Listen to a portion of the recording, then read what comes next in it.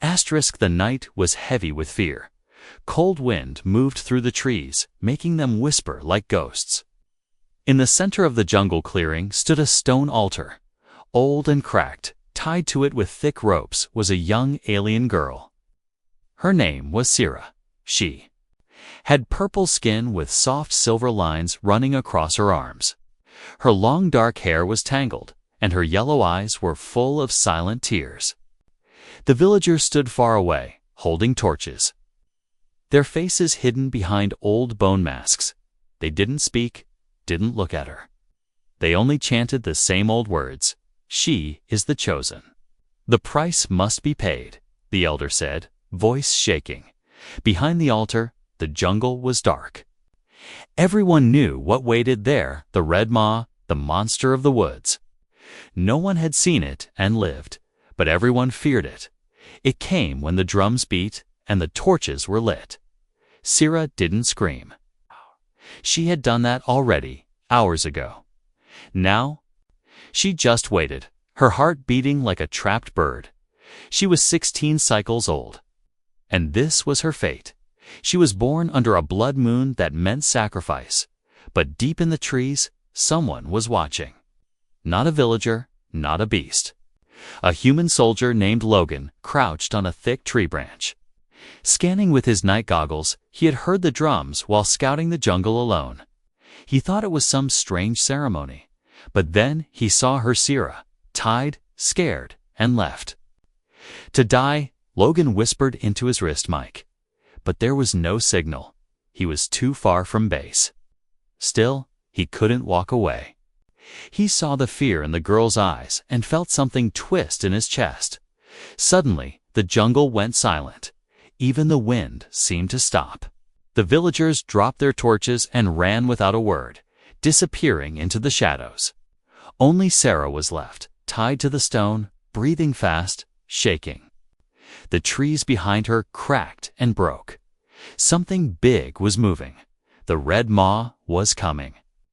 Its deep growl shook the ground. Glowing red eyes appeared in the dark, wide and hungry. Logan acted without thinking. He jumped down from the tree, rolled through the grass, and pulled a flare from his belt. He lit it and threw it at the beast. A burst of red fire filled the clearing, shocking the monster for a moment. It was huge, like a mix between a bear and a lizard, covered in dark red scales with teeth like knives. The creature roared in rage, its eyes burning with hate. Sira gasped, not knowing if this new being, this strange human, was here to save her or kill her. Logan didn't speak, he just moved fast. He ran to the altar, slashed the ropes with his knife, and pulled Sira to her feet. "Can you run?" he asked, voice low. Sira nodded, though her legs were weak. The monster roared again and charged. Logan grabbed Sira's hand and ran into the trees. Pulling her behind him, branches whipped their faces, roots tried to trip them. But they didn't stop.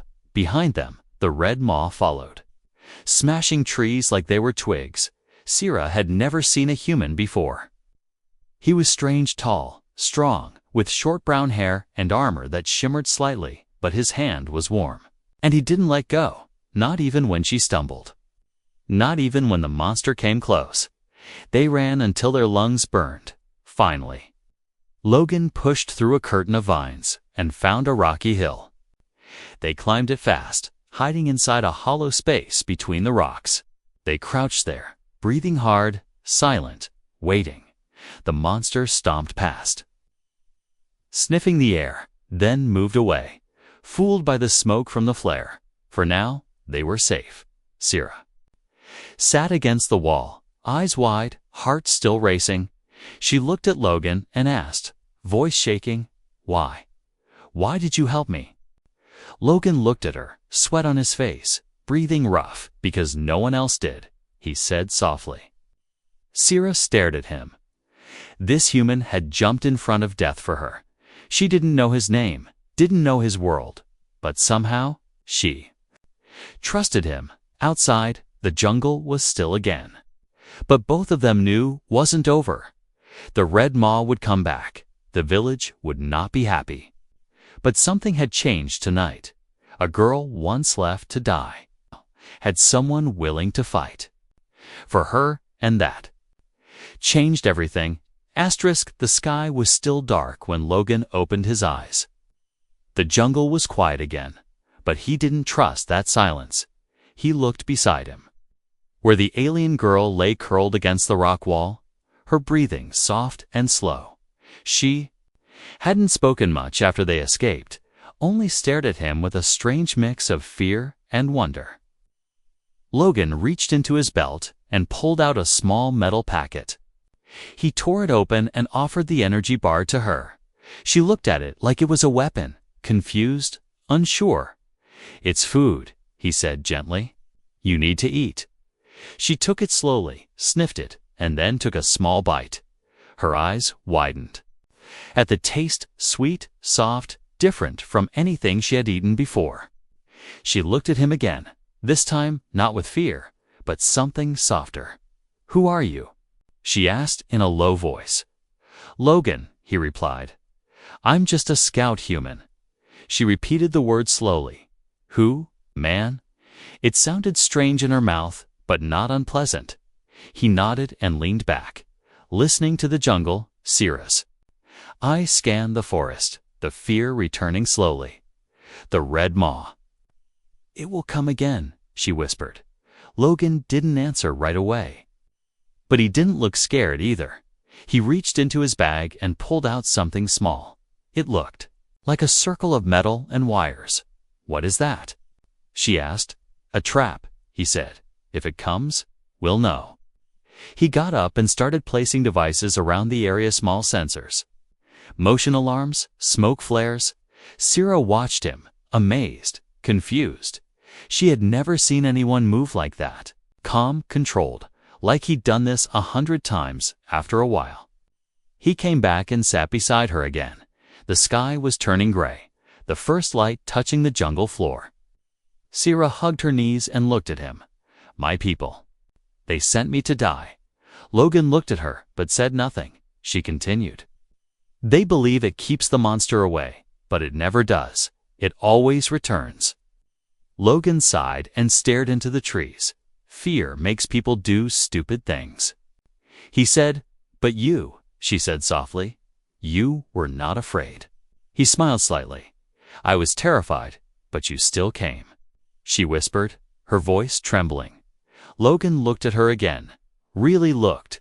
She was young, maybe no older than 18 by Earth years. Her skin shimmered slightly under the morning light, not from magic, but from her biology. Like her body was made to survive in this wild place.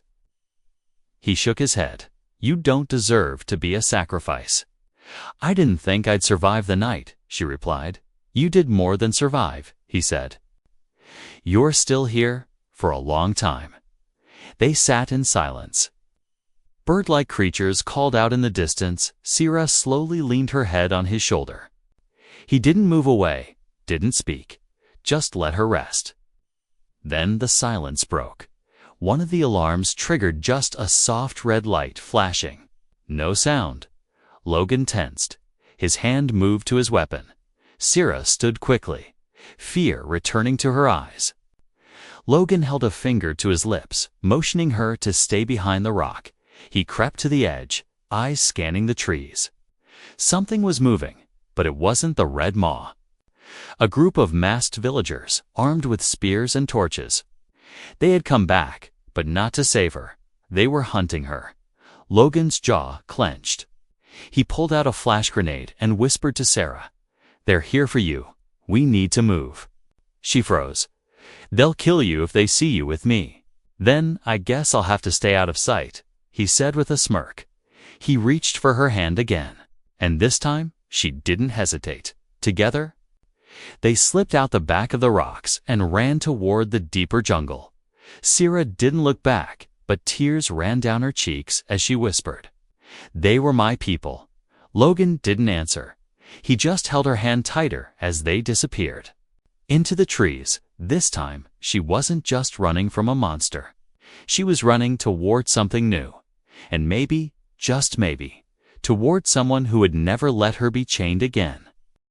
The jungle was alive with strange sounds, chirps, rustles, and the distant call of unseen creatures. But inside the hollow where Logan and Sierra hid, the air felt thick and heavy. Sierra sat with her knees drawn up, watching Logan carefully as he checked his gear. His hands moved fast, calm, like a man who had seen many battles. She wondered how someone so calm could face a monster that made her people tremble with fear. Logan pulled out a small, worn map from his pocket. The edges folded and creased. He traced a finger along a path marked by dots, pointing to a place called Safe Haven. "This is where I'm taking you," he said quietly. Sierra studied the map, seeing strange symbols she didn't understand. "Is this far?" she asked, voice barely above a whisper. "Far enough," Logan replied, "but safer than here." She nodded, but felt a knot in her stomach. The jungle outside was no friend, but the village behind them was worse. They wanted to capture her, drag her back to the altar. But why? What power did the monster have over them? Sierra had never dared to ask before. Now, with Logan, she felt brave enough to try. "Why does your village keep this monster alive?" she asked, her eyes searching his face. Logan looked up, thinking hard. "In some places, people believe monsters hold power," he said slowly. "Power over fear, over control. Over others," he paused, then added, "maybe it's easier to live scared than to face the truth." Sierra's eyes widened. She had never thought of it like that. Her whole life was a chain of fear and tradition. Could the monster be just a story, a tool to keep people in line? She swallowed hard and looked away, ashamed. Suddenly, the ground shook slightly beneath them. A low growl rumbled through the trees, close and angry. Logan grabbed Sierra's hand and pulled her to her feet. They moved quickly through a narrow cave opening behind their hiding place. The dark inside smelled damp and old, but it was shelter. They walked slowly, careful not to make noise, deeper and deeper into the cave. Where the walls sparkled faintly with glowing crystals, Sierra reached out, touching one, surprised by the cool light it gave off. For a moment, she forgot about monsters and fear. She just stared at the beautiful, shining stone, feeling a small spark of hope. Logan watched her quietly, then said, "Not all darkness hides danger. Sometimes it hides light." Sierra smiled weakly. A small crack in her armor of fear. The cave was quiet now. But outside, the monster waited, and so did the hunters. They had little time to rest. Logan pulled out a small device, pressing buttons that made a soft, humming sound. The cave filled with a thin blue shield of energy, invisible to the eye, but strong enough to keep them safe for now. Sierra breathed easier, feeling the shield surround them like a protective hug. For the first time in many moons, she felt safe. But deep inside, she knew this was only the beginning. The monster was not just a beast, it was a symbol of fear. And to truly be free, they would both have to face more than just claws and teeth. Sierra looked at Logan, her heart beating faster. She whispered, "Thank you for saving me." Logan smiled and replied, "We save each other." The sun had risen. High, when Logan and Sierra stepped out of the cave, the jungle seemed brighter, but danger still hid in every shadow. Sierra's legs trembled as she tried to keep pace with Logan. She had never traveled this far from her village before. Every sound made her jump, a snapping twig, a rustle in the bushes, a sudden bird call. Logan moved confidently, scanning the trees and ground for signs of danger. He carried a small pack with food and water, but mostly with tools and weapons. Sierra watched him closely, wondering how this strange human could live in such a wild place. He seemed strong, but kind, a protector in a world that wanted to tear her apart. Suddenly, a low growl broke the quiet. The red maw was back, bigger and angrier than before, its glowing red eyes locked onto them from the shadows. The monster stepped forward, its heavy feet crushing plants beneath. Sarah froze, heart pounding as Logan pulled her behind a fallen tree. He whispered, "Stay close and don't move." Logan lit a flare and threw it toward the monster.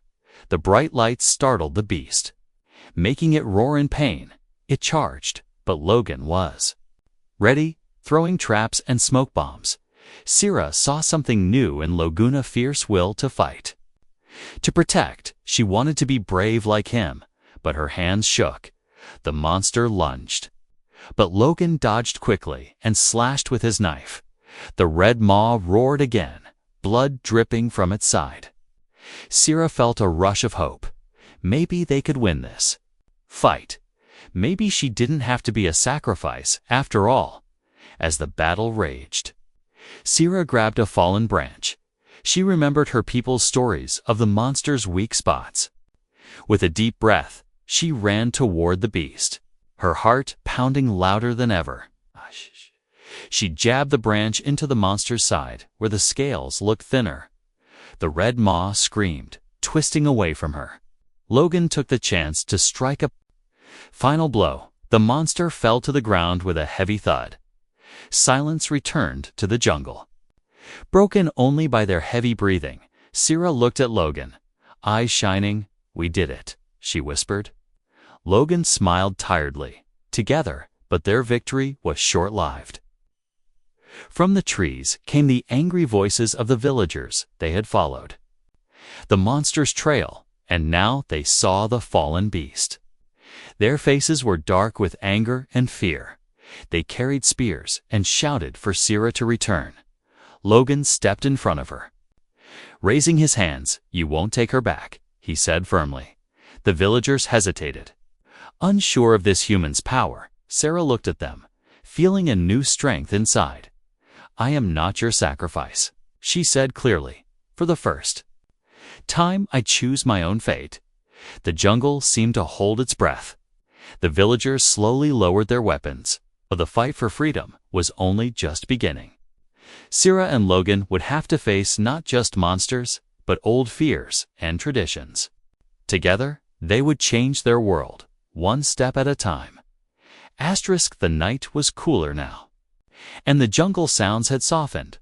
Logan and Sarah sat beside a small fire, its orange light flickering across their faces. Sarah watched the flames dance, her mind racing with thoughts. She had never imagined she would sit by a fire with a human, let alone laugh and talk. Logan passed her a small metal box filled with strange tools and gadgets. He showed her how to use a fire starter, a small device that sparked bright flames with little effort. Sarah's hands trembled as she tried, but with Logan's patient guidance, the flame caught. She smiled wide, proud and amazed. For the first time, she held fire in her hands without fear. They shared stories. Logan spoke of Earth, of stars, of cities filled with lights and machines. Sarah told him about her village, the old traditions, and the monster that had haunted her life. But now, her story sounded different, less like chains and more like a hope for change. Suddenly, distant howls echoed through the trees. Logan stood quickly, eyes sharp. "They're coming," he said. Sarah's heart skipped, but she stood beside him, ready. The villagers had sent hunters determined to bring her back. But Logan and Sarah were not the same frightened girl and lone man anymore. They moved like shadows, hiding and weaving through the thick jungle. Logan showed her how to use simple tool straps, alarms, even a small smoke bomb together. They prepared for the hunters' arrival, their trust growing stronger with each passing moment. When the hunters appeared, Sarah surprised herself. She faced them with steady eyes. No longer trembling, Logan's quiet strength was beside her. The hunters shouted, but their weapons felt weak against the fire of two souls united. One hunter stepped forward, an elder with tired eyes. "Sarah," he said, voice broken, "return to us. It is your fate." Sarah shook her head. "No," she said, voice firm. "I choose my own path now." Logan reached for her hand, and she squeezed it tightly. The elder lowered his spear, uncertainty in his gaze. The jungle held its breath again. But this time, the fear was fading. Sierra knew this was only the start of a new fight. A fight not just against monsters, but against old beliefs, and with Logan beside her. She was ready. Together, they would light a fire that could not be easily put out. The jungle was thick with mist as Logan and Sierra moved closer to the village. Sierra's heart pounded with every step. She knew this was where everything would change. The elders would not listen easily, and the villagers' fear was like a wall. Around them, Logan kept a steady pace. Watching the trees and the ground, he held small devices in his hands, alarms, smoke bombs and traps. Sierra felt a strange mix of hope and dread. The village was her past, but also the prison she wanted to escape. When they reached the edge, the villagers were waiting. The elders stood tall, eyes sharp and cold. They carried weapons and old symbols of their traditions. Sierra stepped forward, her voice strong but calm. "I will not be your sacrifice anymore," she said. The elders stared, some shocked, others angry. One of the elders, a woman with silver hair, spoke. "The monster protects us," she said firmly. "If we break the tradition, we bring destruction." Sierra shook her head. "The monster is nothing but fear." "It is the fear that has kept us trapped," Logan added. Stepping beside her, the villagers murmured. Unsure, suddenly, the ground trembled. The red maw appeared, larger and more furious than ever. It roared through the village, smashing huts and sending people running. But this time, Sierra and Logan stood their ground. They used fire, traps, and the knowledge Logan had taught her. Together, they fought the beast. Sierra jabbed at its weak spots while Logan distracted it with flares and smoke. The monster howled, wounded and angry. The villagers watched, stunned and silent. At last, the red maw fell, defeated and still. Sierra looked at the elders, her voice steady. "This is what happens when we choose fear over courage." Logan nodded. "Change is never easy, but it is necessary." The village was quiet. Some faces softened, others remained hard. But a new chapter had begun. Sierra and Logan had broken the chains, not just the ropes that tied her, but the chains of fear that bound them all together. They would help the village find a new way, one without monsters and sacrifices, one filled with hope and freedom. The morning sun shone softly over the village. The air was calm, different. From the fear that once hung heavy, Sierra stood at the edge of the clearing, watching the people move about. Some still whispered, eyes filled with doubt, but others looked at her with new respect, hope beginning to grow. Logan stood beside her. Quiet and strong, he had been asked to stay, to help protect and rebuild. But he looked at Sierra and waited. She smiled and took his hand. "This is my home now," she said, "and you are part of it, together." They walked toward the village center. The elders approached slowly, their faces softer than before. One stepped forward, a woman with kind eyes. "You have changed us, Sierra," she said, voice full of gratitude. "Your courage saved more than just yourself." Sierra looked around. She saw children playing without fear, families gathering without worry, a village no longer bound by old chains. Logan wrapped an arm around her. She was given to die. He said softly, but she chose to live. Sierra looked up at the sky for the first time in her life. She felt free. The monster was gone. The chains were broken, and her heart belonged to a human who had shown her a new way to live. As the dropship prepared to leave, Logan turned to Sierra. "Where will you go now?" he asked. She smiled. "Wherever we choose, hand in hand." They stepped forward together, two souls from different worlds, united by hope and courage. A new story was just beginning, one without fear and full of life.